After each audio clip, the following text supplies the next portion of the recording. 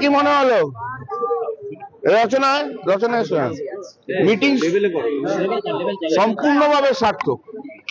আমাদের যে উদ্দেশ্য নিয়ে মিটিং ছিল এসআইআর নিয়ে, এই এসআইআর এর সবাই এখন আজকের মিটিং এ এমপি, এমএলএ, জেলা পরিষদ মেম্বার, কাউন্সিলর, পঞ্চায়েত প্রধান থেকে আরম্ভ করে সবাই দেখলেন তো একটা ঘর ভর্তি লোক, এবং তাদের স্পিরিট কি একসঙ্গে কাজ করবো, এটাই হচ্ছে স্পিরিট।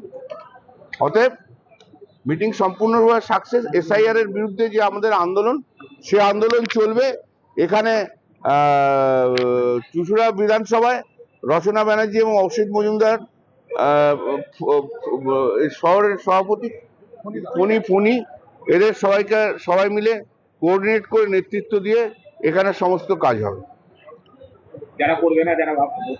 যা বলার সেটা বলেছি, সে আপনিও শুনেছেন, আমিও বলেছি, সেটাকে আবার দুবার করে কেন বলাচ্ছেন? ঠিক আছে, দ্বন্দ্ব দলে মিটলো, নিশ্চয়ই মিটলো, কেন মিটবে না? দল তো আগে, তারপর তো অন্য কিছু। দল থাকলে সব থাকবে, না হলে কিছু থাকবে না।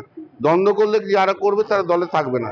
দলের কোনো সবাই একটা জিনিস, এই দল গ্রাউন্ড লেভেলে যারা কাজ করে তাদের পরিশ্রমের ওপরে দাঁড়িয়ে আছে, অতএব অন্য কিছু না।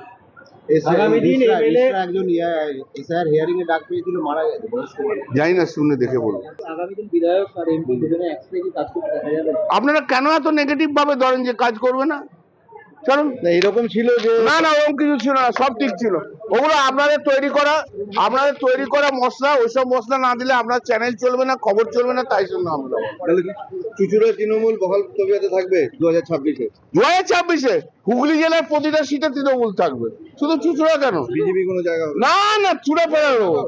কাঁথির 60টা ঘুরে ঘুরে বেড়াবে, কিচ্ছু হবে না।